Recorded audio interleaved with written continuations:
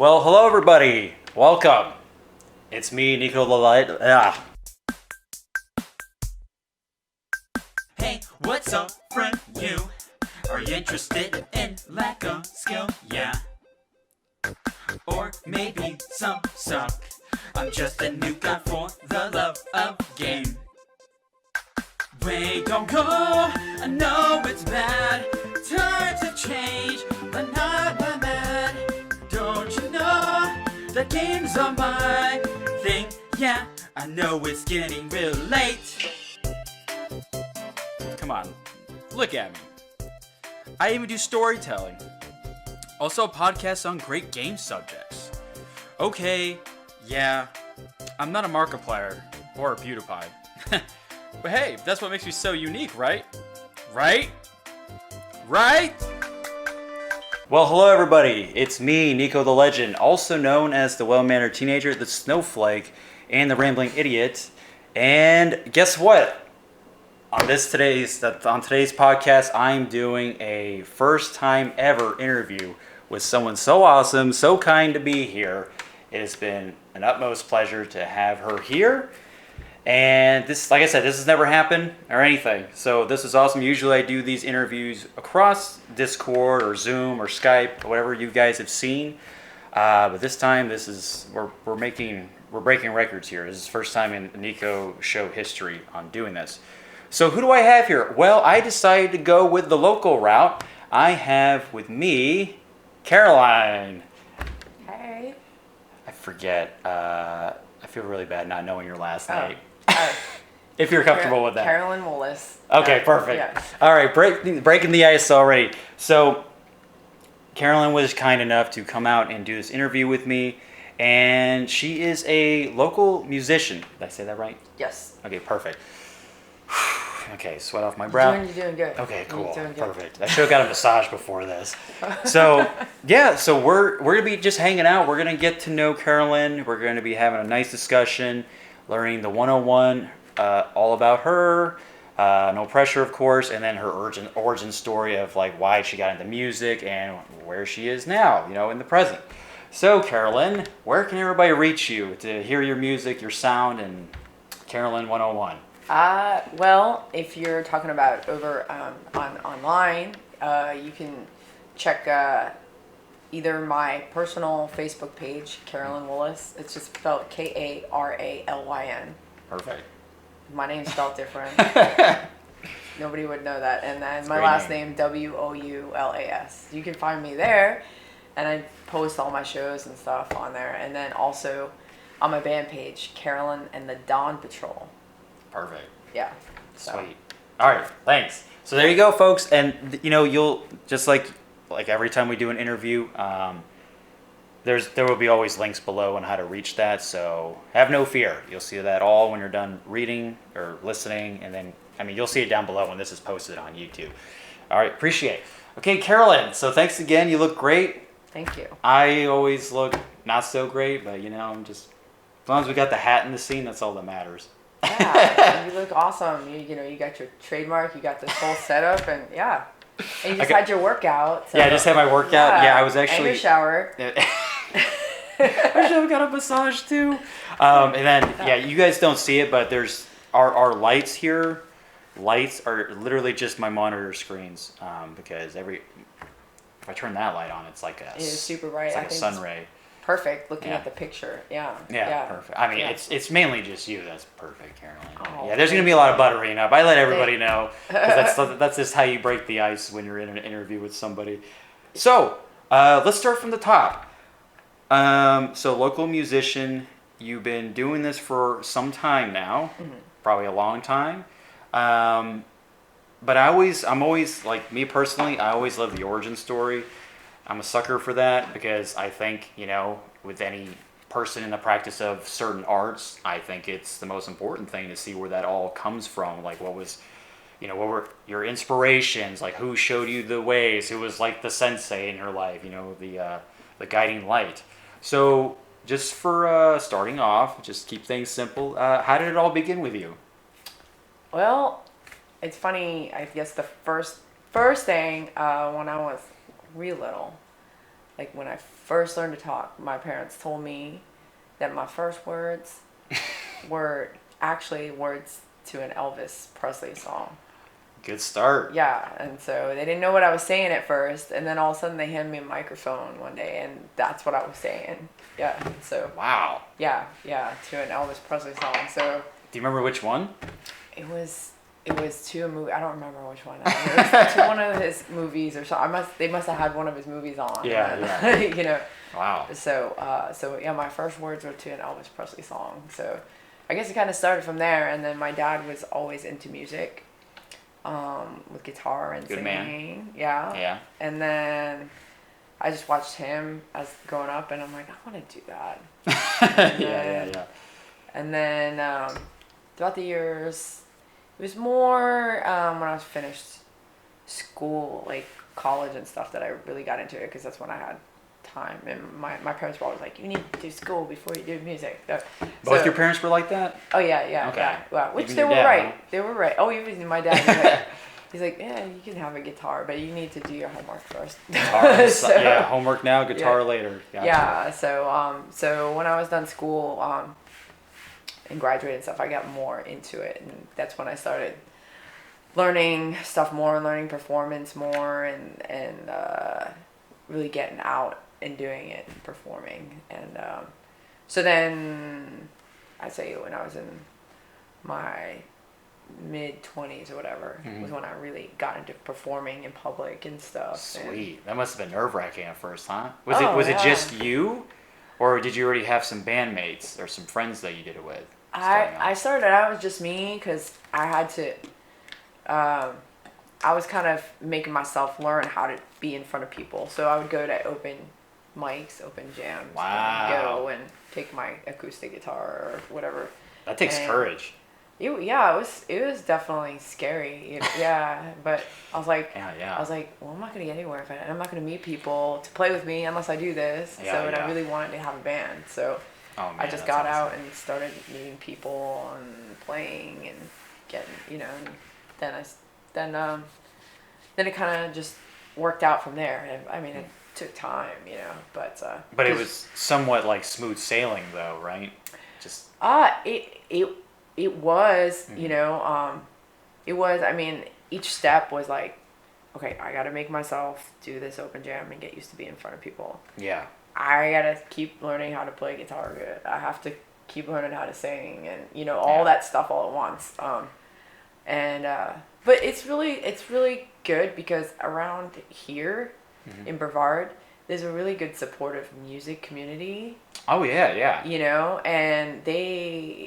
And all the musicians here kind of nurture each other, the younger ones to the older ones to the younger ones, and it's really cool, and I've seen it with people younger than me that started up, and we'd go to the open jams, and my friends were at the open jams, and we watched these kids like from when they were like 15, 16, so at the open jams. Now they're like 30 that's and time. they're like really good, and it's really cool that they helped us grow and we helped each other grow, and people up and coming too. So in a way it's scary, but then when you do it a few times, people see that if you're really trying, then they kind of help you. Oh yeah.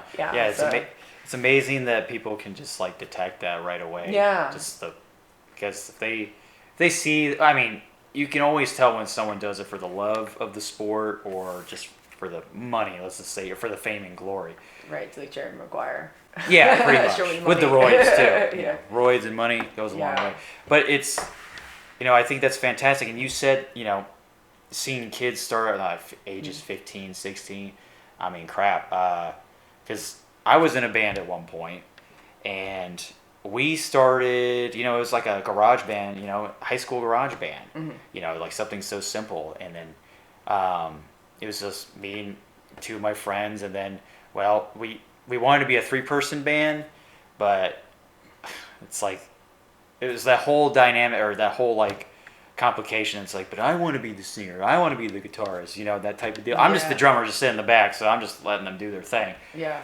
But we had to have a bassist, and I think we went through like 4 different basses, and they were all our friends too, but they just never were motivated to do it like me and my 2 other friends at the time. But yeah, we started like you were saying, like 17, 18. I mean, I actually learned to play guitar while saving up for my first drum set. That's the second one over there. The other one, it was just like something you just get out of a pawn shop, and it's like not the best thing, but it's like, you know, it's like your first car is never going to be the best thing. Yeah. It's always like the trial by fire. I think that's the best way. I think that's the best way, actually. Yeah.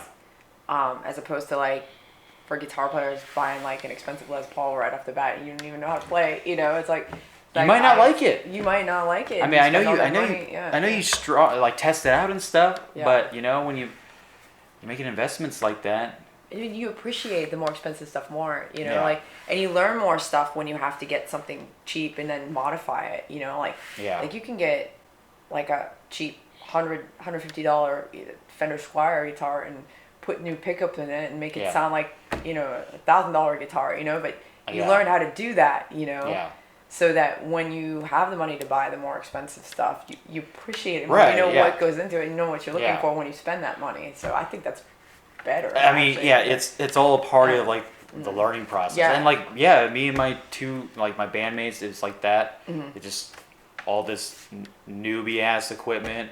And I mean, we didn't even have like a high stack or anything like that, right? We just had like, oh god, some of these shows we play were pretty embarrassing because of our equipment limit, just like budget limit and everything. Oh my god, like I mean, we played at I don't know if it's still called that, but it used to be called Surfer Pub.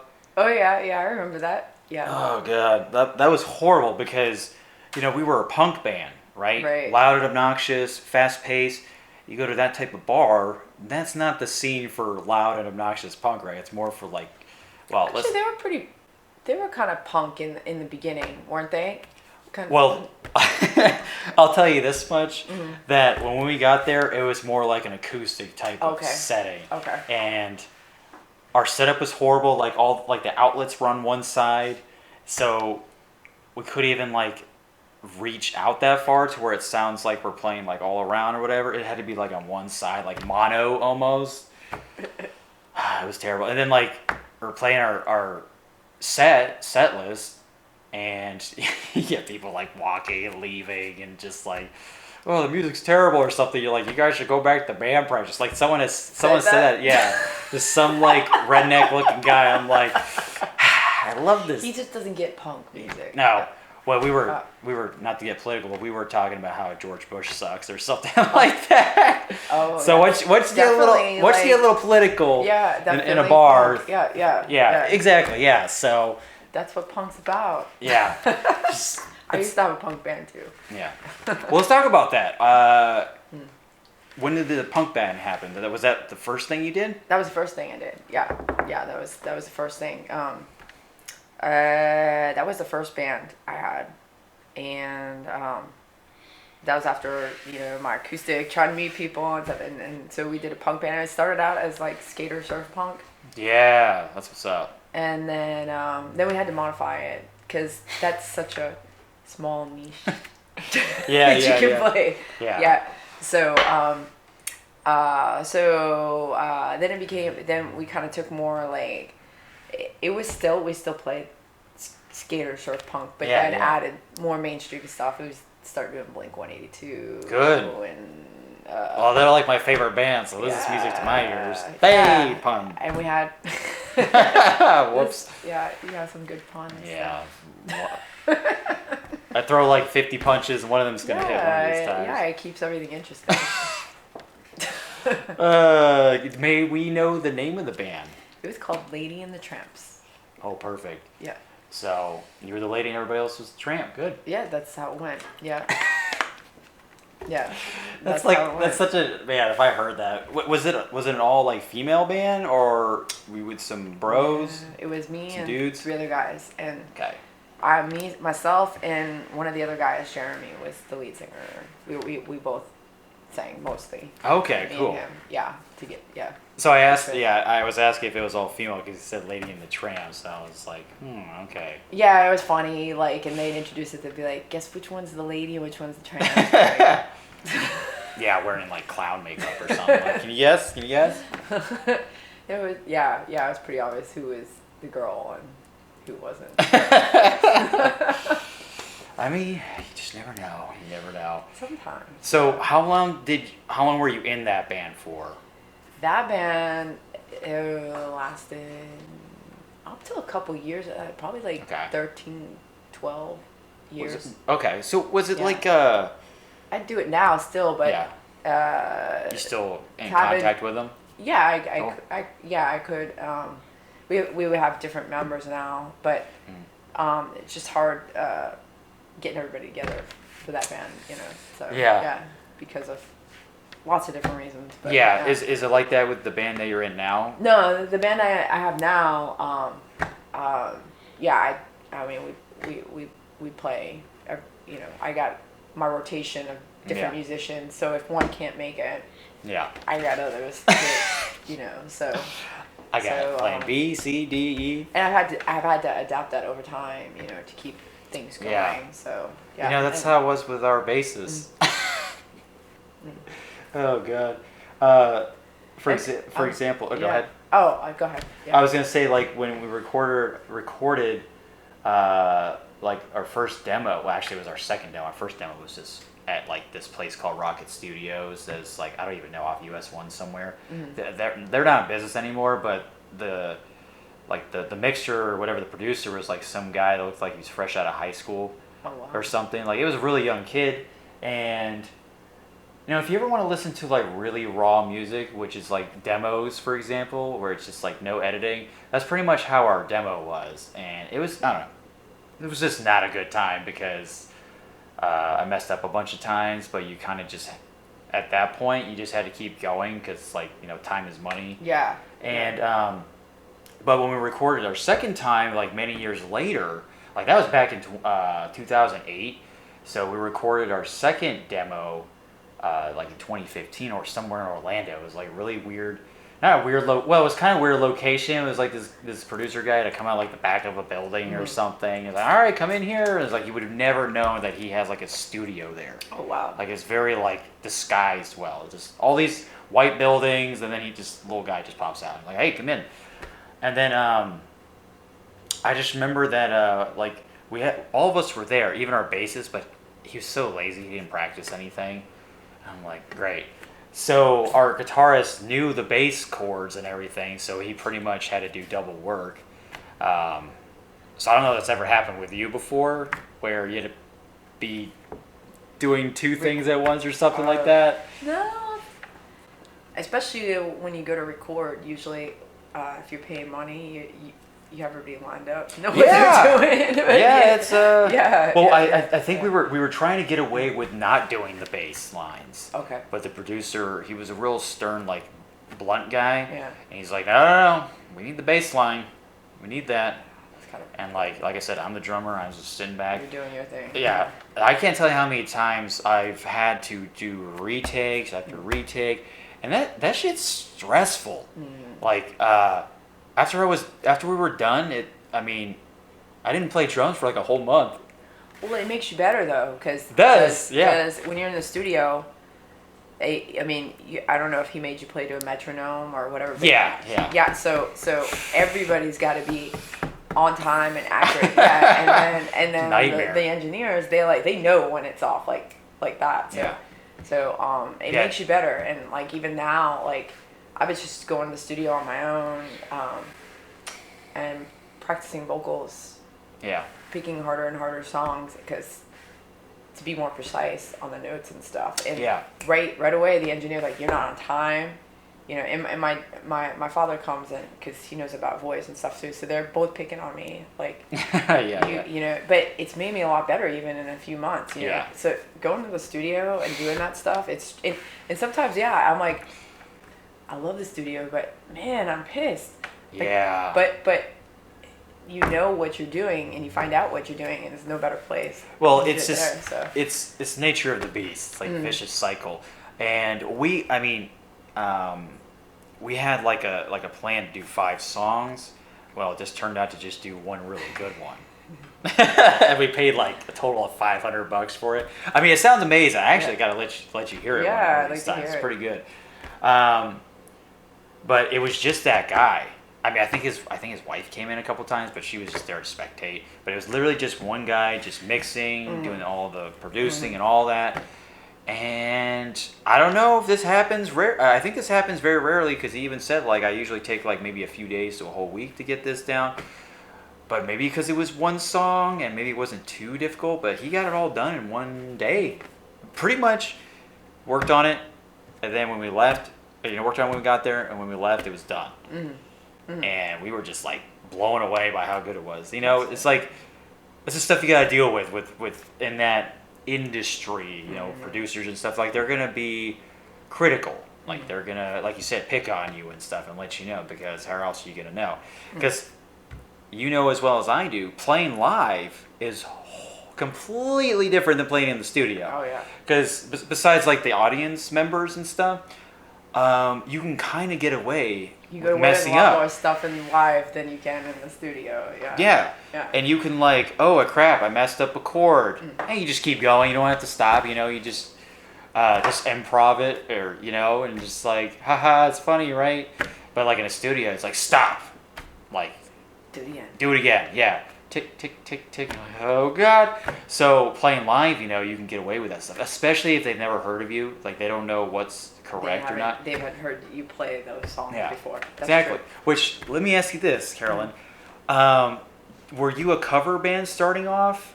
Or did you play your own tunes and then mixed in some covers with it? So, best of both worlds. How'd you guys do it? With the first band. With the first band, it was covers first. Okay. We did write a couple songs and we would throw them in. Cool. But then the nature of playing around here is people want to hear covers. Yeah. So we kind of concentrated on that more. And then with the band after, which I'm doing more now, is I did make a whole CD of originals, and every so often I still. Put it through. It's got a nice cover and stuff. But every so often I'll throw in a few and ones that I realize people are kind of grooving to. But for the most part, we just do covers because if you want to play around here, it's local stuff. Yeah, especially in the bar scene and stuff. Yeah, that's what you want to keep getting hired. Yeah. So yeah, exactly. So, less booze, the better, right? Yeah. So your album, can you let people know what it's called and like your band name? Because we'll have links down below in the description and stuff. But what's the album name and the band name that you're in now? I should have brought the CD, but I didn't even think about it. That was my fault. No, I just didn't even think about it. That's okay. Yeah, but the band is called Karalyn and the Dawn Patrol, and my name is spelled Karalyn. So, and Dawn Patrol is for our context is a surfing term. Okay. Because at one point, most of us in the band surfed, but different members. Now my drummer is a surfboard shaper. Yeah. And I surf. So it's Karalyn and Dawn Patrol, and my middle name is Dawn, so I kind of play it on the. Sweet. Yeah. So that's the name of the band, and I didn't really. I guess the CD is. The album is self-titled, just Karalyn and cool. Dawn Patrol, yeah. And yeah. We got 10 songs on it, originals and stuff. So. When did you guys do it? I recorded that back in, finished it probably back 8 or 9 years ago. Wow. Yeah. That's a long time. I know. Do you guys have plan on doing another one anytime soon? Or are you guys just cool with what you're doing now? I should. Yeah, I actually started re-recording some of them. Okay. Kind of remastering them? Yeah. Because one song that I really like to play out in front of people, when we recorded it originally, it was really slow. Okay. The way we recorded it. And then just over time we started speeding it up and we got more of a reaction out of it. Really? A lot of people, it's weird how things, and it's just the way I sing it is different now. And it's just better, you get more tighter at it, you see what works, and so I started re-recording that one. I haven't finished yet. I'm still kind of reworking the vocals and trying to make them better, and and then I was thinking about taking a few more and doing that, and I really want to work on writing some new stuff, but it's just I gotta find some time to actually sit down and just I mean, be shoot. inspired, you know. Yeah, but yeah. taking care of the band and all the business with it. Yeah, are you It's like the been manager hard. to your band? Yeah, Okay. I So, do all the booking. I doing do all kinds all of the stuff, yeah. hiring. Yeah, that's all tough. that. So between all that and it's kind of hard to sit down and find time to write more. Well, yeah, and you know what? You playing like local shows and stuff. You're making money off of that, so Yeah. you're like, yeah, kind of going with the flow. It's working. Yeah. I mean, that's pretty much what it is, and it's like, yeah, because like if you're sitting down and just like taking the time out of everything that you're doing to work on this, it's like, well, you're like, I'm not booking, I'm not making money. You know, it's like this whole time crunch thing, no matter what. Like this hourglass, just Yeah, it's what you got. It's like you sit down. It's like, oh wait, I got a few minutes. I got to advertise for the shows this weekend. Yeah, and I got to it's a lot. learn a new song. I got to find another guy I got to see who's gonna play for me this weekend. Yeah, you know, and so it just So between all that, like I got to find some time to sit down and write. But for what we're doing now, what we got is fine. And what I'm working on now is more trying to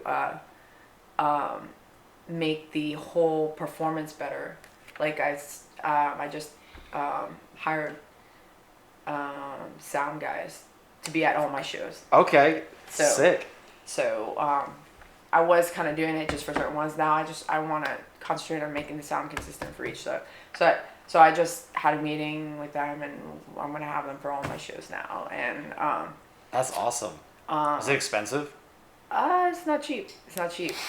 So I started doing a lot of solo stuff last year because of COVID, and so now, so I've been learning how to do that more too, because that took a little time to build up, playing 3 or 4 hours on your own, you know. But then I take that money to pay the sound guys, you know. Yeah. So it's just like all that stuff kind of taken, and then I want to up the performance a little bit with.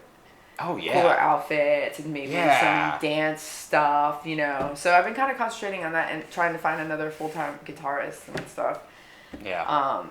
Or just keeping up the rotation. So I've been kind of concentrating on the performance more lately. Right, like the execution and everything. Yeah.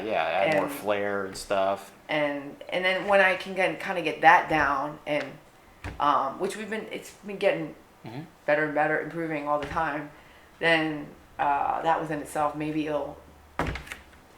when it gets more autonomous, then I have more time to sit down and work on stuff. Right. So.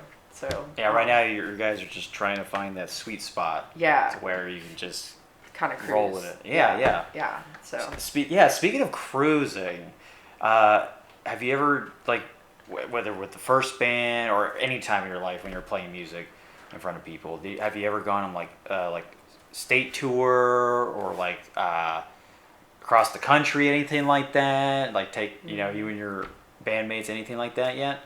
I would love to, but no. I mean, we've done a few things, like we've gone and done the DeLand Original Music Festival. You know? So sweet. It's like over the weekend. Yeah. You know, we'd stay overnight or something and play our original stuff. You know.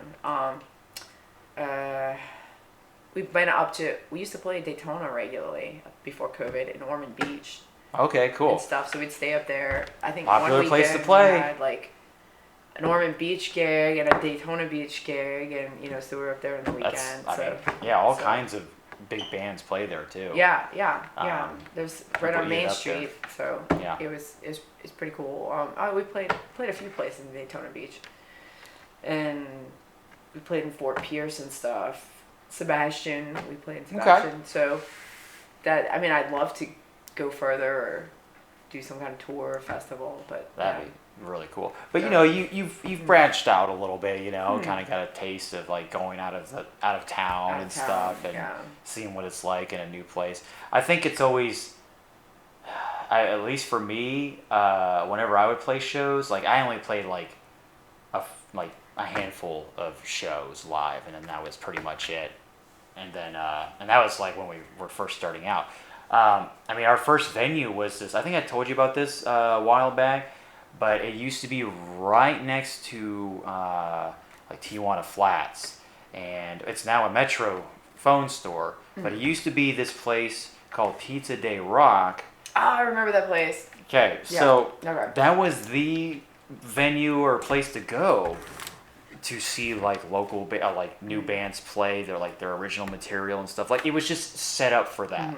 Like when you're like unlike when you're going to like Surfer Pub or something, like you're going into a place that would probably prefer cover music or acoustics or something. Right. But Pizza Day Rock was just set up to play loud and proud and just meeting all these different bands and it was just catered to that. And then you're eating pizza, which was great. Unfortunately, that was the only time we only played at it because like a little bit later like got shut down and stuff, which is always tragic because like that was our best show we ever played. That was our very first one. Aww. And I remember it's like leading up to that, like I was like I said, lucky as a drummer because I'm in the back. There's still stage fright, but I'm not singing or I'm not up front and center, kind of like what you do when you play, so it's like it's a different kind of pressure for me compared to like the other bandmates. But, it's still there. And, you're like, you get there, you check out the scene and stuff. You find out if you're an opening band or you're like third in line and stuff. Usually it's like the really like unknown people go first. Maybe it depends on which venue you play at, but usually it's like you're warming up the crowd to like the main event at the end, kind of like when you see like a really famous rock band play at a venue, which sometimes annoys me because I'm like, I just want to go see this band play. Like I admire hearing all these other bands play before, but I'm like, man, like you're already staying there waiting for the music to start, then you gotta wait like another hour or two for the band you paid for to go see. Right. Like, here we are, and I'm like exhausted already. Yeah. But that all that exhaustion goes out the door when they start playing because you're just having a blast. Yeah. Once you're like up there. Yeah. So anyway, like my point of the whole story is like, I just remember getting there, scoping out the scene, and then waiting for our turn to like set up. It's kind of awkward setting up equipment sometimes because you're like, okay, who's staring, who's looking? Like, do I even know? Does it look like I don't know what I'm doing? And like, as a drummer, you're like carrying like all these different. And drummers like got so much to set up. Oh my god. Yeah, and the worst part is the bass drum. It's the thickest, it's the biggest. My drummer has this big, I don't know, 32-inch Is he? kick drum. Oh my god. Is like a conversation piece now. Like it's his trademark now. like everybody's like, what? Does he? So Can he we're, do like, double carrying bass with it? Or is it He just? probably could, but he doesn't need to for what we play. Yeah, I think he's got the double kick pedal. That's but I don't crazy. think he needs it for when we did the punk band. He would, I think. Yeah. Wait, so you had the same drummer in the first band and then this Yeah, band? he's been my drummer for 15, 16 years. Whoa. Now. Yeah. That's history right there. Yeah. That's cool. Oh yeah. So, wow, that's amazing. I gotta see the picture of that, like then, like before and after. Oh yeah. Yeah, we do have some pictures online. That's pretty rare too. That it is. to have something going for that long. It is. So, the first band was a punk band, and then the band that you're in now, what is it now? Is it like alternative rock or? It's the best way I can describe it is it's a mixture of like rock, country, and blues. Okay. We actually this band started as just blues band. Okay. And I was still doing it while we were doing the punk band. So we wanted to Oh, do something okay. different. Yeah. So I was like, had the punk band and then I had this. And I think by that time I had the punk band for like 4 or 5 years already. Wow. So I was like, I gotta branch out and try some other stuff too while I'm doing this, Which is so, good. Yeah. Experimenting that way, And then this band that I have now, it was my band. So I'd be like, we're gonna play this, we're gonna do this. But the other band, it was more of a democracy, like so. But like, then we evolved into some more mainstream stuff. We did some blues rock, which was cool. Like Anna Popovic, a really cool girl chick guitar player, and Susan Tedeschi and stuff, and I all love that stuff. Okay. That's what I like to do, but people go to bars and stuff, don't always necessarily know, unless you like that scene of music. Yeah, you don't know them. So that's where the cover songs come in. that's where the you more do mainstream cover the more songs, mainstream cover songs. You know, like Fleetwood Mac and Miranda Lambert for the country, Gretchen Wilson, all the stuff people like to hear, which is fun. And we just keep learning new stuff all the time. And we even do some Motley Crue. Okay. You know, sweet. To throw, some hair metal once in a while. Yeah, it depends what venue I'm in. Some, if we're in the restaurant, it's a little bit more mellow. But at the end of the night, we might throw the Motley Crue in. Kind of ramp it up. Shout out the devil, I got you. So, and then if we're more at a place like Earl's Hideaway, then we can start off with the rock stuff away, you know. So we kind of adapt to. So we'll play anything from country to Motley Crue. So sweet. Yeah. So I think that's great to have a wide range. Yeah. So you can really throw your audience off that way. Because sometimes it's good or to be surprised. Or adapt. Yeah. So we always played our own stuff, which, you know, it'd be great to play some cover songs and all that, but we just try to play our original stuff. Like I don't know if it was pride that was making us do that, but my lead guitarist and stuff, or just, you know, the band leader, I guess you can call it, who also was the manager, but he was just gung ho. I was like, no, we're gonna play our own stuff, and people just have to deal with it. Well, it depends what you want to do, you know. I mean, you're probably not gonna play as many places, you know, as frequent, but you are doing your own stuff, and if you know how to. Like back when I started, they didn't have all the stuff online, you know, Spotify, the YouTube. We didn't have all that, you know. We were still putting up, you know, we advertised flyers and some shit. Paper flyers. I'd newspaper. go print up flyers, you know, the newspaper. You know, if we could, we'd get something in the newspaper. You know, we didn't have Facebook.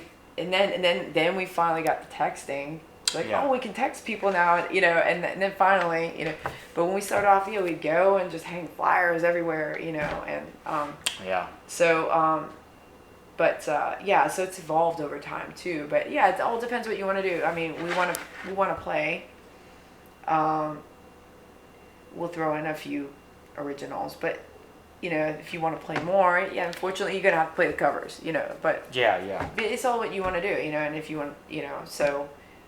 They do have venues that just do covers, I think. And I think a place now is, what is it, the Crying Monk? They just do, originals. You can do covers there too, but I think they're more open to the original stuff. Okay, that's cool. I have yet to go there. I always like the artwork that I see on the outside. It's definitely cool. I would say, I played there once with this band. It's probably not. That's probably not a venue for us because of that fact that they're more. They try more creative and more original. Experimental. Yeah. So. More underground based. Yeah, I would say yes. Which cool. is cool, you know. Yeah. Which is cool, and I appreciate it. But the band, I think my punk band would do a lot better there. Yeah, come on in. So, I mean, so that place is cool for that. You should check it out. Yeah. The original music stuff and punk and stuff and everything. But, if playing at restaurants and in bars and stuff, you want to be more, sincere, just cater to, you're supposed to be enjoying your food and stuff. Yeah, creating the atmosphere, and the demographics, too. Yeah. You know, you always got to think about the demographics you're playing, too. If you want to get hired again at a certain place, you know, whether if it's at the Crying Monk, well, your demographics could be more on the punk side, more on the younger rock audience side. And stuff. Definitely younger audience. You go to a restaurant bar type place, touristy, you got to be like, okay, I got to play this stuff. You know, so you're not gonna play. Sex Pistols at the Coconut, in the middle of dinner, Or the Dead Kennedys or something. I actually tried that once. Didn't go over too well. Yeah, the punk band did not get hired at Coconuts. Maybe they just stay really dead. Yes. Bury that. Yeah. So learning experiences over time, So. Yeah. Well, I mean, the thing is, it's like, I always tell people this, and I always tell myself this. Whatever medium you're on when it comes to like the practice of the arts, like music, writing, drawing, painting, you never know who's watching and who's like listening, because hey, let's say you play at a venue and it just sucked for you, nobody liked your music, but hey, there was that one guy, that will come up to you and be like, hey, tough crowd, right? And he's like, I like your stuff though, and you find out he's a producer or something, or a manager, or like some agent guy that's looking for what you're offering, because stranger things happen like that. Strange things happen where it's just like completely catches you off guard. Right. So anyway, that's why, like in any venue or anything, folks, whenever you're performing on the camera or whatever, it's just 110% every time. That's very true. You never know. Very true. Even if there's like nobody in the audience, you gotta. All it takes is one. You gotta act like you're a superstar. Yeah, you're the superstar. Even though you're feeling like, oh my god. Yeah, even if it's so over the top, and people are just like, all right, come on, you done? Yeah. No. You gotta put a happy face and like, I'm having an awesome time. Yeah, exactly. And you know what? The show must go on. This is true. So, because like, you owe it to yourself. I mean, you spent all this time setting everything up, and like, okay, you don't have because I played in front of no audiences before, like at bars, and we were just like background noise pretty much. People were just minding their own business. They're like, okay, we're gonna where this next song is, and just like, here we go. I'm not talking to anybody, but I'm Yeah. acting like Yeah, exactly.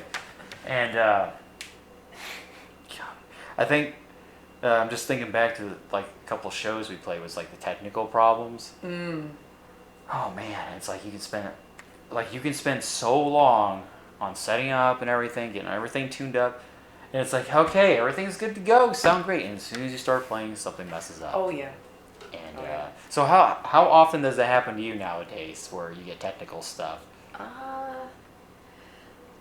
I would say, I mean, it kind of happens a lot actually, but almost every show or every other show. But I think you just learn how to deal with it better.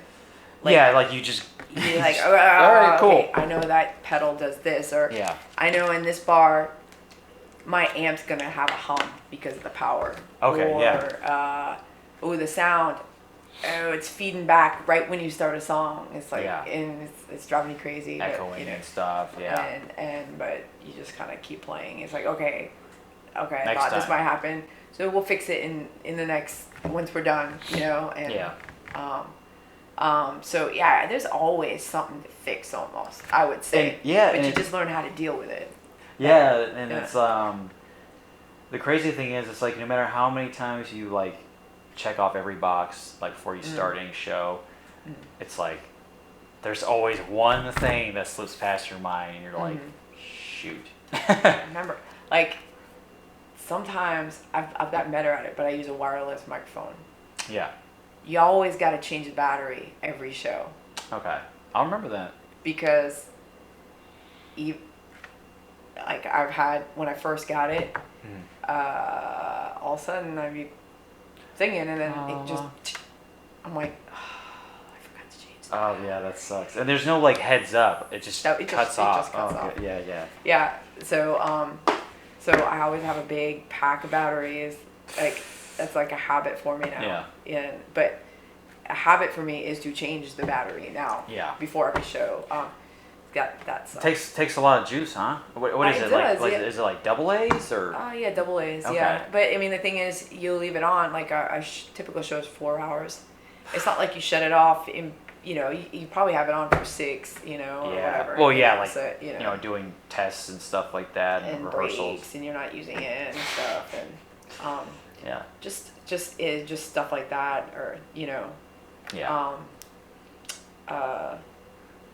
I know I have to still look this. I have a pedal board. Yeah. And there's some jumper cables in between, and still I gotta remember there's this one that always goes out, and then it just like one of makes the pedals? everything stop. It's a cable. That's something up with the cable, and that sucks. all of a sudden my guitar will just like, you can't hear it. I'm like, it's that cable.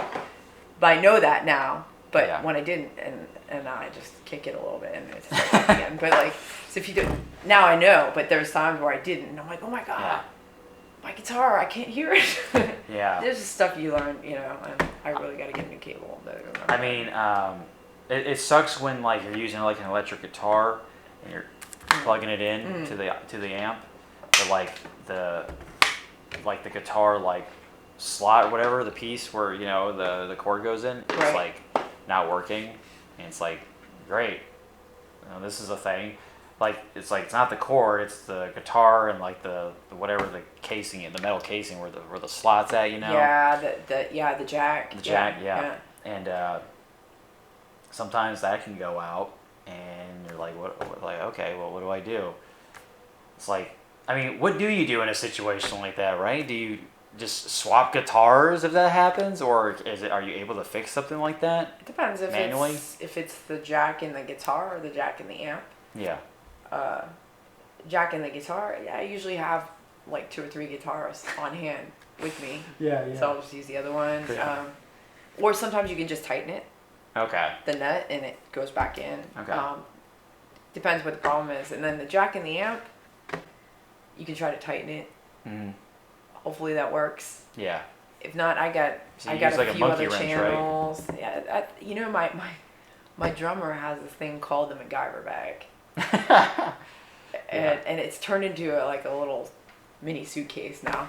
But we have all these tools and nut drivers and stuff, like extra cables, extra XLR connectors. And stuff. You just like stuff where over time we're like, oh man, I wish I had something, and then so now we put that stuff in there. So when stuff like that happens, most of the time we can recover, fix it or have backup or something.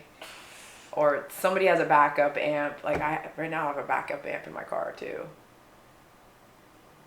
For another reason. Yeah, so usually we can recover from stuff. Or we're not too far away from where we are to like, man, we can go get the amp from the house or something like that. Yeah, exactly. No, I mean, I think that's like the benefit to playing local. Yeah. Instead of like you're like at a stadium or something. Have you guys ever played anything like a big venue where it's like an auditorium or a stadium? Not a stadium. I'm trying to think. I'm sure we have. We've done like shows that were outside on like when they had mega weens and stuff. We did that. And they had a big stage, like stages like that. Stadium, no stadiums, but big stages where they had big events. We have done that. Yeah. Have you ever gone to like Warped Tour or anything like that when you were in the punk phase? I did go to Warped Tour. I wasn't playing it, but we, me and my band members, we did go to Warped Tour. Yeah. Okay. Like when it was, I think it was Warped Tour when in Orlando. We went to several shows together. Yeah, those guys taught me a lot. We even went to the Social. I don't know if you know the Social in Orlando. We went to several shows there.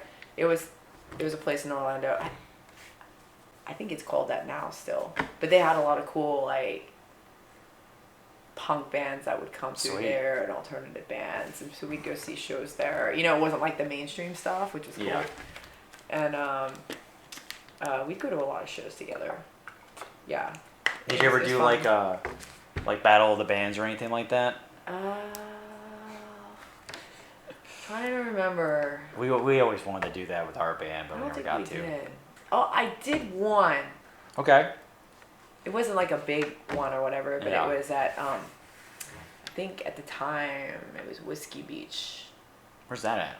In Satellite Beach. Oh, okay. Which it moved now, but it used to be in a plaza, which was 2 other things. It was Declan's before that, and it was Murphy's Irish Pub before that. Like all through the time we've played there, it was 3 different ones. Wow. But that can get a little confusing. So it's like, when did we play there? Was it Declan's at the time? But But I think it was Whiskey Beach. Yeah, and I did Battle of the Bands. But it was just the thing they had, you know. Okay. So yeah, it was like a, it was just like a, could be like a clone or something. bar Yeah. thing. Yeah. So but it was fun. Yeah. I remember when we first, my friends and I first got into a band. If you remember, like back in high school, they would have bands play at like senior year or something.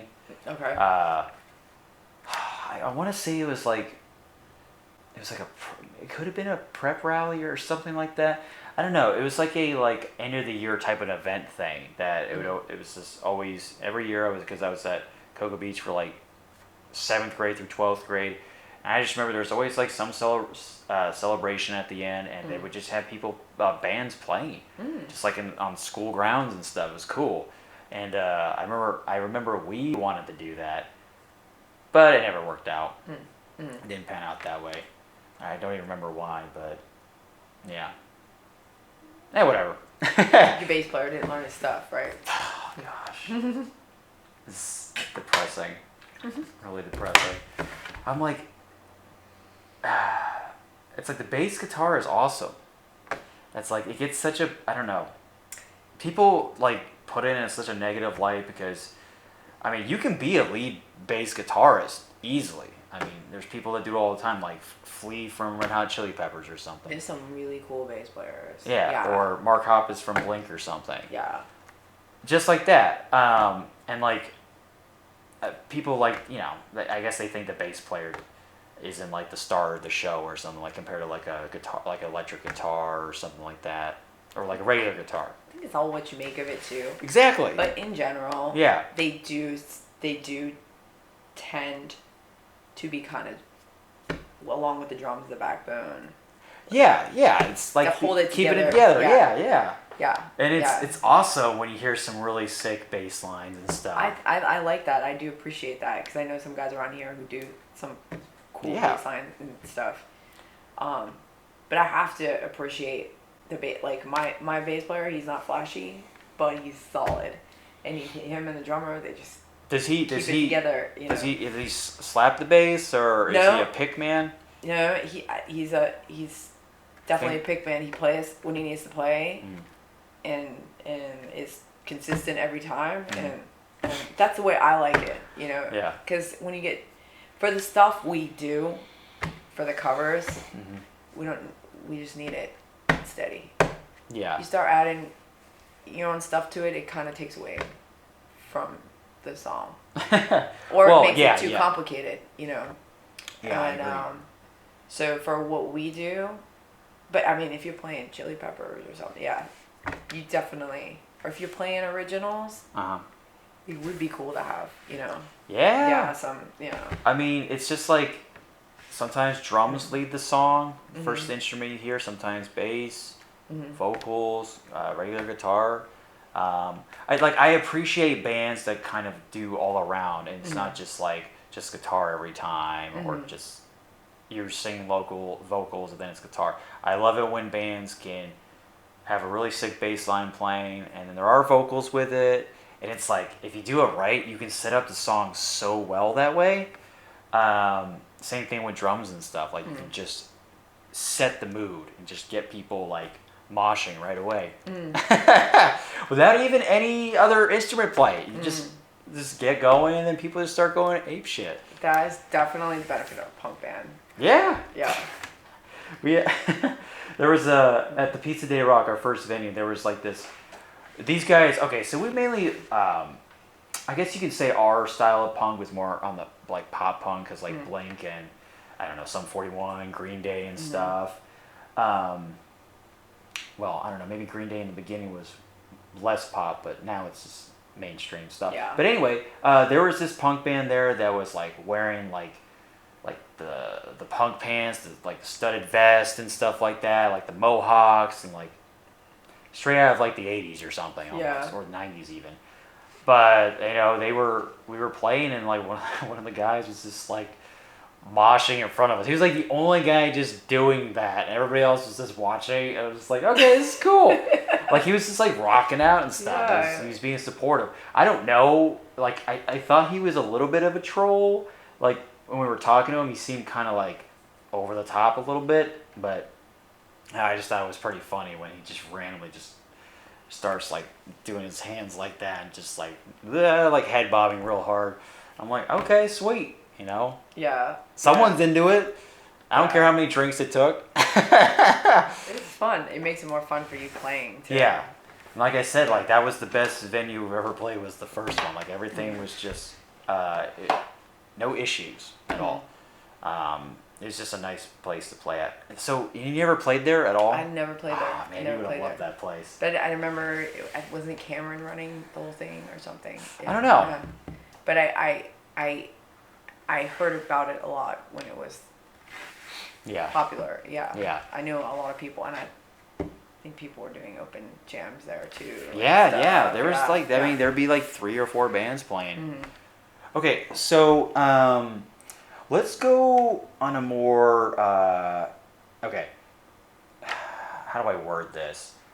For people starting out, let's just go with like some I don't know, band management 101 or just playing music 101. Like, what would you recommend a person to like have them get into playing music? Like, what would be like the beginning steps? If someone's, for example, someone's like, I really want to play guitar, but it's like, you know, I can't afford it, or I don't know how I'm gonna learn type deal. You know, like kind of like those hesitance that they have. How would you convince somebody to be like, no, you should do it, like, and here's how, you know? What would be like your beginner steps? I would say You can use personal experience. Let's see. I would say start out. You can start out with a cheap guitar. Okay. They sell. You know, I'd start out with an acoustic first. They sell like these beginner kits. You know, I think Yamaha acoustic. Yeah. Or I think even Fender has some. You know, and they come with like a instructional book and show you how to do stuff or whatever. And then there's a lot of good tutorials online too. Yeah, especially nowadays, YouTube, you can learn anything. You know. So, I would say mess around with that a little bit. Then if you think you want to do more, then definitely like go get some lessons at a local music store. Yeah. And see if you like that even more, and then see where it takes you from there. If you're like really into it, and they can guide you on what kind of style you want to do. Right, that like matches your personality and stuff. Exactly. And then see if you stick with it. Yeah. And take it from there. But I wouldn't start off with like buying like a Gibson Les Paul right off the bat, or like a Stratocaster or something. I mean, unless you can find some stuff on Marketplace. Yeah, you can find some like cheap Fenders. Squire, you know, $150 or something, if you want to go that way. But I would say start with the acoustic and just get used to doing chords and stuff, and see if that's something you want. It's a lot of repetition, so you have to have a lot of patience. That's the only way you learn, you know, with any of the instruments. And and like I personally think that with any instrument, it's just like just dabble with it first, see if you like it. I mean, you can go to plenty of music stores. I mean, Guitar Center is like a key place. I mean, shoot, sometimes Best Buy has like a music, like a little Guitar Center. Which, by the way, the electric drum set is awesome. Really? Yeah, like that is great. I would actually buy one if I could afford it, because they're just as expensive as like an actual drum set. So my Pearl set over there was like $700 something bucks, which might still be kind of cheap in the grand scheme of things. But like you'll find like electric drum kits just around the same price. But anyway, so yeah, I mean, shoot, I just started getting into piano like at the end of last year. You know, I bought like a mini Casio keyboard. Yeah. Just so it's like real convenient and compact, you know, and it's like always right next to me when I'm like on my computer and stuff. So if I need to learn songs, you know, it's like right there, and I'm like, okay, go. Keyboards help you to write songs too. Yeah. You know, well, they're a foundational instrument to really understand music theory. Yeah. Keyboard is like number one. My little nephew just started taking piano keyboard lessons. He's like 6. Yeah. So, it's crazy. Like, I don't know. Like, I've taken chorus classes, music classes in high school, and I try to learn how to like read the notes and stuff and read it and like what's a D flat or E minor or something or obtuse note, whatever. That was like no, like that was just at the time it just wasn't for me. So I mean, I was with drums. I was like self-taught, which took a long time. And then with piano, it was kind of like self-taught. I mean, sure, you have like you'll look at somebody else playing, you kind of get a gist of it, and then if it catches your eye, right, you just experiment, just get curious. I mean, there's an instrument for everybody. Oh yeah. Doesn't matter what it is. It could be the triangle. Yeah. It could be the xylophone. Yeah. Bongos. I don't care. For sure. Oh, how did I forget? Sometimes I blank out on it. The It's okay. cowbell. Cowbell. Yeah. Sometimes we have random people come up and Close to a triangle. King, ding, just like at least the range of motion. I mean, be a yodeler if you want. yeah. I've been to a yodel concert, by the way. Oh my god. That was weird. I'm sure that. But interesting at the same time. I don't even know why we went. It's just like my friend's moms decided to take us. Like, let's go. I'm like, okay, I'm going to see a yodel fest go on. Only time I've ever done that. How long was that? I think it was like an hour or two or something. It was a while ago. Those were the days of yodeling. Wow. But hey, but yeah, like what you were saying, it's like start cheap. You know, don't go, guns blazing into this. I mean, there's so many different places to experiment with instruments, not just music stores. I mean, pawn shops, which is really, isn't it weird that pawn shops have a lot of music stuff in it? Like, why do people get rid of their old music equipment? They need money. Man, it is a good. I mean, it's crazy. It's like you need money to buy them, like a good amount of money, and then you can probably get good money by selling them too. Either you probably don't get what it's worth even, but I think people who really need, but you can find some really good stuff in pawn shops. But it's like it's crazy how much like inventory they have. Yeah. It's kind of like because I used to go like my first drum set I got at the big pawn shop in like Cape Canaveral, Cocoa Beach. Oh yeah. I don't know if it's still. Is it was still like there? a pawn shop music store. Yeah. Is it still there? I think they moved. I was asking my drummer the same question. I don't think it's there anymore. I don't think it is. Yeah. But that was the place where I got my first drum kit. Oh wow. And it was like this, like dark red, like maroon red, kind of crimson Enforcer drum set. But it was definitely starting drum kit. I got it for like $500, and but like you're looking at all the other equipment there, and it's like nerve-wracking because of how expensive it can be. Like you were saying, like guitar Les Pauls, some Fenders, they'll go easily like $1,000. Like the really good ones. I mean, in a pawn store, you gotta, like you said, the true value is like how much is this really being sold for? But hey, the tip is just to compare and contrast. Yeah. Yeah. I even had I just bought a drum kit actually, so I renovated. What? Really? Yeah. Cool. But it was like, I was renovating a couple rooms in my house. And kind of made it a practice room and set up a PA and stuff. And I'm like, I want to have a drum kit in here. Yeah. Start practicing the drums a little bit. Yeah. My drummer gave me a few lessons, and I paid. It just so happened, timing wise, this lady I know down the street, she sent me a picture of a drum. She's like, do you know anybody who wants a drum kit? I'm trying to get out of my house. $150. I'm like, sold to the wonderful lady. Yeah. So that was cool. It just kind of worked out, And yeah, like you said. That's like $700, so I got a deal. Yeah. She was just trying. Sometimes you just gotta look for deals, and Yeah. Because I was like, I don't know anything about drums, so I'm not gonna spend a whole lot of money on it. So it worked out, And it's like just be ready to be spending more money, even if you get something low budget, because.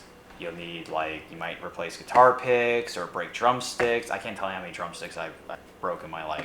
Well, the most expensive drum kit is the cymbals, right?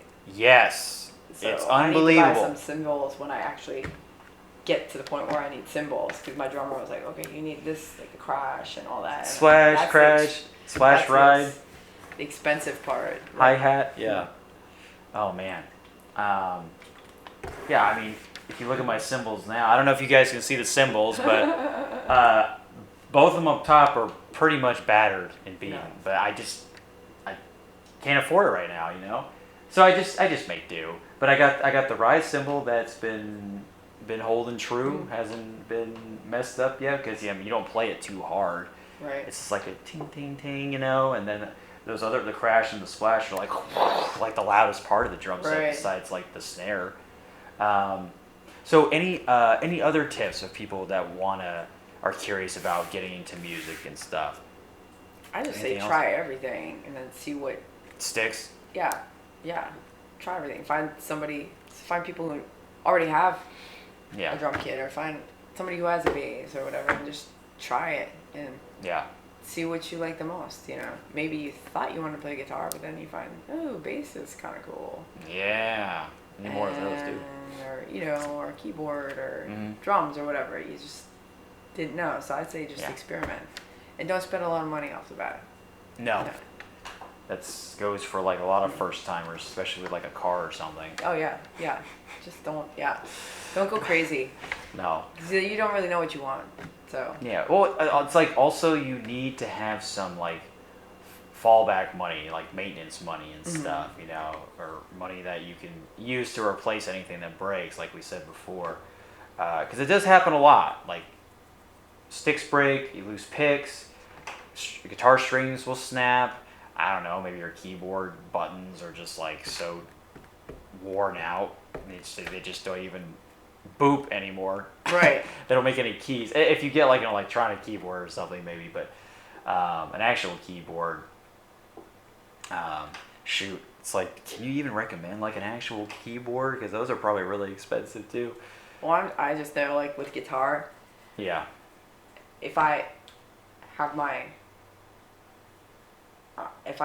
$750 Telecaster, if I get one that's $3,000, it's not gonna help me play any better. No, I am what I am now, you know. So so if I'm, it's the more I spend is not gonna help me play better on a guitar. Yeah. You know? So of course, if you do spend the money, you're getting like more top of the line stuff. It might give you a better sound. But if you don't. But if you don't know how to, it's if you're like, what's the point? Yeah. You're just doing chicken scratch stuff, or just. I know a lot of the really good guitar players that I know around town that have been playing for like 30, 40 years. They don't have those expensive Gibsons or. No. They actually take. Like even like the ones that played around the world, they go find like something on Marketplace. Like, I just bought this like Fender or whatever, or even like a Squier. They'll take something like that and put some like P90s in it or something, and make it like this awesome sounding thing, you know.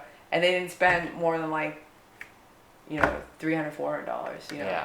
So, and they are awesome guitar players who've been playing forever. So. Yeah, I mean, it's the same thing with like acoustic guitars, you know, like you were just saying that start off with that, you know, well, because it's like you don't need an amp for electric acoustic. I mean, you can. You can, but you don't need it. But you can get away with just strumming along and just having a good time because it's loud as it is compared to like an electric guitar, where you would need like at least a little amp just to see what you're putting out is okay. Right. So that's great. So, okay. And then, nowadays you can just look it up on the internet and if you need lessons, like beginner steps, which you wouldn't have to pay for someone to teach you, you know.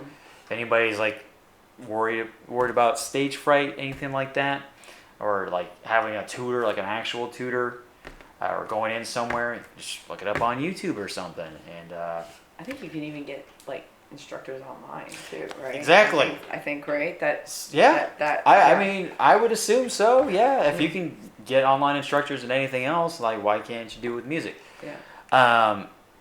And then like, I'm trying to think of the question. Like I'm trying to segue into like, okay, So after you get past that, like learning the fundamentals, like you found your instrument and stuff, what would be like, okay, then you're like, you want to take it to the next level. Like, okay, now I want to get into a band, because like music becomes like your goal in life to become famous, or you do want to play in front of people and want to create your own stuff with other people.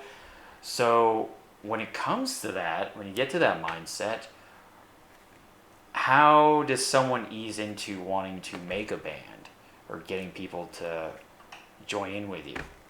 It's not easy. No. It's not easy to find either friends that you know or randos. So, Karalyn, like, how would you guide people into getting into a band with somebody? It is hard because I got lucky with the first band. Mm-hmm. The second band, it took me like 3 rounds of people to actually start it. And then I had the same people for like 8 or 9 years, and then changed up a guitar player. Now I've got like 4 or 5 that I use, Yeah. So it's not easy, and but I think the best way to do that is go do several open jam nights. Okay. You play, you watch other people play, and you Mm-hmm. kind of see around town who does what, what their skills are. Scope out the scene. Get to know people, network. I think networking is the best. Yeah. Oh, for sure. The best way. I think that's the best way. It's time consuming, but it's kind of like necessary. It's worth it though. And people get to know you. Mm-hmm. You get to know people, and then while you're doing that, then like there's Space Coast Live website where you can put ads out looking for. Guitar player, looking for drummer, and you can do it on Craigslist too. That's how I found a few guitar players, was Craigslist. And then also on Facebook they have like music communities, like Brevard Musicians Alliance, and you can go on there and put. Sounds like you got everything at your fingertips. Yeah. And like, I always recommend people to take their time when they want to go out to those venues by themselves. Like, go when you feel comfortable enough, of course. Like when you feel confident that you can, like, the stuff that you're playing. Like you know this song from the back of your hand. Like you can play it no problem. Well, technical difficulties aside, but like you're just really comfortable on, just being in front of an audience. Mm-hmm. I mean, shoot. Sometimes this can be a more nerve-wracking playing in front of family members or more personal people that you know. But it might not be such a bad idea to play in front of your friends or get some input or something before you go out and face the lions. And you're like a little sheep on stage, Yeah. Because like stage fright is it's terrifying, especially if it's like your first time playing in front of people. Right. I never had to be up front and center because I was always in the back as the drummer. But hey, I used my experience from doing like what is it called, like group projects in school, being in front of the class and talking and stuff and all that stuff. So some of that actually did pay off. That's true. Yeah, and the beginning phase to like anything that you're trying to get into is always the most difficult, and then you gotta, because it's always like a constant learning experience. Which no matter how long you've been doing it, you should always want to learn new things and stuff and It's experiment. always a thing about improving. Like like you were saying, like playing different genres of music, working on the performance and stuff. Like you should never be truly satisfied with your art, or else you'll never want to. That's true, and some people Progress. do get like that. Yeah, they get complacent. They get complacent. They don't want to learn new stuff. And Because it gets easy. so then they kind of get phased out too. So Yeah, because people will get bored of you if you just like, oh, is Karalyn playing Molly Crew? All right, she seen played. that 50 times, 100 times. Yeah. Yeah. So Yeah. it's like the vicious cycle never ends. But that's what makes it fun. And that's with like anything. Honestly, it's like getting good at anything. You got to just keep experimenting, practicing. Shoot, we didn't even list it. Practice. Like that's like the first step. when it comes to learning anything, especially music. It's like practice almost every day. Like, what would you say would be a good practice learning to play guitar or something? Like an hour, I think in two? the beginning, yeah, at least an hour getting repetition on it. Yeah. You got to discipline. It takes discipline. Like when It I was does. first learning, you know, I was like, I'm not going. Did you do this tonight? I'm not going to do this because I gotta learn this. I'm not going to watch TV tonight because I gotta learn this. Yeah. I had goals for myself of how Yeah. far I wanted to get, so that I could go do this open jam next week or whatever. Yeah. You know what I mean? So You have to Yeah. literally put everything aside and just sit there you do. and learn and be. You do. You have to educate. It's like being in class or something. You have to educate yourself. You're either someone's lecturing you, you're lecturing yourself in a way. Yeah. So You do have to discipline Yeah. and it's you should do it every day or several consecutive Yeah. days in a row, you know, because in the beginning it is, I mean, even when you've been doing it for a while, it's all repetition. Yeah. You know, like, and getting the finger string. Muscle memory, I mean, yeah. Yeah, you know, whatever instrument you're doing. And yeah, it's just, it takes all that. So, Yeah, endurance and it sounds like it's a lot of hard work, but not necessarily, because you should be having fun doing You this. should have Or fun you're doing just it. wasting your time, Yeah. honestly, if you're just doing it and That's it true. becomes a chore. That's true. But like me learning piano, like I always want to learn another song or make my own, so I'm able to take what I learned from drums, like on the creative side, like coming up with different sounds or different beats to play, kind of transfer that over to keyboard and, learn the fundamentals on keyboard, but also put my own spin on it and make my own original music. I don't know whether it's complicated or not, it doesn't matter. I still feel victorious in the end, successful. But see, that's me having fun with it, and obviously learn songs that you want to learn that have always stuck around with you. And sure, there's going to be a lot of songs you would like to learn that are really advanced, like Freebird, that's a really long, maybe complicated song for a lot. Or especially if you're getting into metal music, those guys are nuts on guitar, they're Those crazy. metal guys are really good. Yeah, they're insane. But so maybe The you want timing, the speed, yeah, the technique. really fast paced yeah. and stuff. But find some music that always had that really kind of slow, melodic feel to it, to where you can keep up with it. I mean, also when you're learning, you can learn it one step at a time. You don't have to just go as fast. I mean, that comes with just practice in itself. But yeah, play whatever music you wanna get into, and just little baby steps. Just take your time. And Definitely. before you know it, it's 2 hours later, and you're like, Yeah. whoa, Oh, I and learned your this head whole song. and your head hurts. Yeah. Every time I learn a new song, my head I burn myself out. You just exercised it. Yeah. Yeah. Oh god. That's how it was with math. I'm all right, one problem down and done. I need a break. Yeah. That's awesome. Okay, cool. So just recap. Find the instrument that matches your personality. Experiment, dabble with everything. Have some fun with it. Don't go full blast on price tags and stuff. Buy something cheap, that is easily expendable, to where you can just easily replace it and stuff. And then getting into a band and stuff, yeah, just start posting stuff online and networking, get to know people, get that confidence to start playing live on your own and stuff. So see, it just makes me want to play music again in a band. So go for it. Yeah. Focusing on the book right now, but yeah, one day. Well, that's the great thing about music, is that you could just, no matter how old you are, if your fingers work, you don't got carpal tunnel. Well, I mean, I'm sure there's plenty of people play when they have carpal tunnel. It's just you could just play it at any time, any age. It doesn't matter. You were singing Elvis stuff when you were a baby or a kid, your Yeah. first words. And you can still be singing that until when you're 80 or something, or 90, or playing guitar when you're you'd be like the Rolling Stones. Oh yeah. How old are they? In their 70s? Yeah. Like, Jagger still moves. yeah. He's Not in the looks department though, but whatever. That's not. See, it's all about the moves. But yeah, I mean, it's like something like that. You can just go and tell. Don't stop till you drop. Exactly. Not to get all morbid on it, but yeah, it's like that. That's what makes it so neat. So like you can start out anytime. Would you say like any age is fine to play music? Honestly. Yeah. Yeah. Any age. Yeah. Any age. Yeah. There's no age limit to music. No.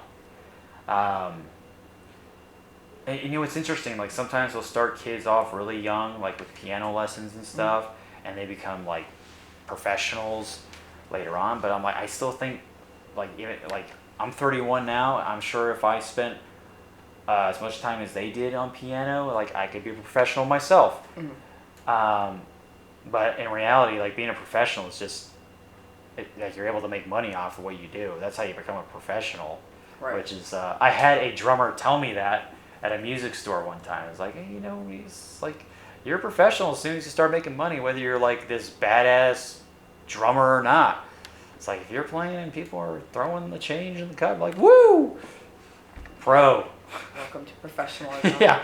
So if I ever want to be a homeless guy once in a while and just play music on the side on bongos, I'm like, hey, I'm a pro because I got some change. Yeah. Instant pro. But hey, now it's funny that I mentioned that because sometimes just going out in the public and just playing music is all it takes. I mean, on a bench somewhere, on the beach, anywhere. You're like, I gotta go. The music is great. Yeah, I feel like. Yeah, you're holding up my time here. No, just kidding. Okay, so last thing, and this is the fun. This is the really, really fun part that people get because this people are probably curious about this. All right, favorite instrument. I'd have to say guitar. Okay. I'd have to say guitar. All right. That's what I do. Yeah. Perfect. Yeah. Okay. Favorite band. Ooh. That's hard. Depends what mood I'm in too. There's got to be a band you always come back to, Karalyn. There's got to be someone. Wow. I do like the Chili Peppers. Okay. I do like Metallica. Okay. I do like. Then I also like the Tedeschi Trucks band. Okay. Hey, there ain't nothing They're wrong with all- having like a top 5. They're all different. They're all so different. All over They're the so spectrum, but different. that's Yeah, cool. yeah. So yeah, Red Hot Chili Peppers, Metallica, and then what'd you say for the last one? Tedeschi Trucks band. Okay, so, boom. Favorite music genre. This is also another hard one. Oh, well, that goes along with the bands. Yeah, it depends what mood I'm in. But Yeah, they're pretty vague questions, but let's see. Favorite genre. I would say anywhere between the rock and blues rock. Okay. Cool. Awesome. Okay. I'm trying to think of anything else. Oh, do you have like a favorite artist? Like, not necessarily a band, but like an artist, like solely them that you look up to a lot, like the inspiration. Is it Elvis? I definitely, yeah. Actually, Elvis is one of them. Yeah. Okay, cool. Let's see. I look at a lot of different performers to try to find ideas for my performance. Like lately, I've been watching Shakira and Hey, there you watching go. her performance. Like she does a lot of cool stuff. I do watch Elvis videos and see how I study them to see how they stand, how they move, how they just act on stage. Who else? Sweet. Tina Turner. Okay. Tina Turner. I really like her a lot. She's like phenomenal entertainer. Yeah. I guess when I think of favorite singers. I look at the entertainment aspect of it and Yeah, how they perform. You know. Yeah, how much energy they bring to the stage. That makes a huge Exactly. difference when you're playing. You know? Yeah. Like, because that it gets passed around. You know, yeah. what you're playing and then what they're hearing. You know. Sweet. Let's see. Do you have a favorite? Let's see. Let's see. I'm trying to think of these. Okay. What was your favorite venue you played at? I like playing at all the venues I play at. Whoa! All the venues. All of them. I love all of them. Perfect. Yeah. Cool. Wow, I wasn't expecting that answer too. That's amazing. As long as I get to play, I love all of them. Yeah. So, yeah. Yeah, that's so cool. I mean, I do like playing in my hometown, Cocoa Beach, Perfect. a lot. Beach Shack is very local too, Yeah. and it's a lot of fun because like just all the people I know and all my friends. I went there for the first time last night. Did you? Yeah, I was like, okay, I can dig it. There was no bands playing. Mhm. It was like the jukebox type music or whatever, but it was cool. Yeah. It was fun. It's definitely just like Cocoa Beach to the roots, you know. So it's laid back and it's just a lot chill. of fun. Yeah, it's totally That's so awesome. that's always fun to play there. Okay, cool. So, and then the last question, still having fun with these, I think. So, where do you want to take the music? I know we talked about it, like you said, like performance is like a main goal right now, but maybe like in a couple of years or a few years, where do you want to take Karalyn? Where do you want to take yourself in the music field? Do you want to still do the same thing, or do you want to make that original music again? I just want to keep ramping it up Mhm. and making the performance better and better and seeing where it takes me, you know. So, Okay, cool. So as far as I can go with it. Yeah, as long as you're having fun doing it Yeah. and just playing, let the As good long times as you're roll. having fun because it doesn't pay the bills. No. So, Yeah. but There you go. Well, that's another tip. Getting anywhere in the music industry is not easy because it's very competitive, like with anything in the arts. Doesn't matter, like writing, playing music, drawing, painting, whatever. It takes, like, I don't know, costume designing. It takes a long time to get out there or known. And you pretty much have to win the lottery, honestly. you do. 'Cause, like right now, I use it as a tax write-off. More you know. All right, Yeah, Karalyn, yeah, this yeah. has been great. So real quick, everybody, Karalyn's going to do some shameless plugs now on where we can find her stuff. But as I mentioned before, you'll see everything down below in the video. So Karalyn, let's just do what we did before. So where can people reach you on the social media platforms and hear your music? Yes. You can on Facebook. You can find me at Karalyn Willis. That's my personal page, and I post all our shows and everything on there, where we're playing for the week and everything on there. And people post videos of us playing and pictures. And my name is spelled Karalyn. My last name Woulas. And then I also have the band Facebook page, Karalyn and the Dawn Patrol. And you can find stuff on both. I also have Instagram. Okay. It's Karalyn and the Dawn Patrol on Okay. Instagram. And people can buy your music from those pages too, like the Facebook. Actually, I don't have anything. I should do that. I don't have anything. I could put my MP3s up. You could. I should do that. You should. That's a good idea. I'm Hey. gonna start doing that. Yeah. Karalyn, I'll be your new manager. It's fine. Okay. I'll be I like, do need Karalyn, that. put those songs up. I definitely need that. I need help. I need help, but in other aspects of my life. No, just kidding. All right, folks. So this has been an amazing experience, Karalyn. Thank you so much for being here. Thank you for having me. This was a lot of fun. Yeah, I had a blast. Thanks for dealing with this really makeshift ghetto setup I have. I thought it was cool. I wouldn't be able to do Just it. so happens we have a drum set in the background, so we got the music vibe going. Yeah. Yeah, you were amazing. Pleasure to have you. And, might see her back on the show talking about something else music related or completely unrelated. You never know.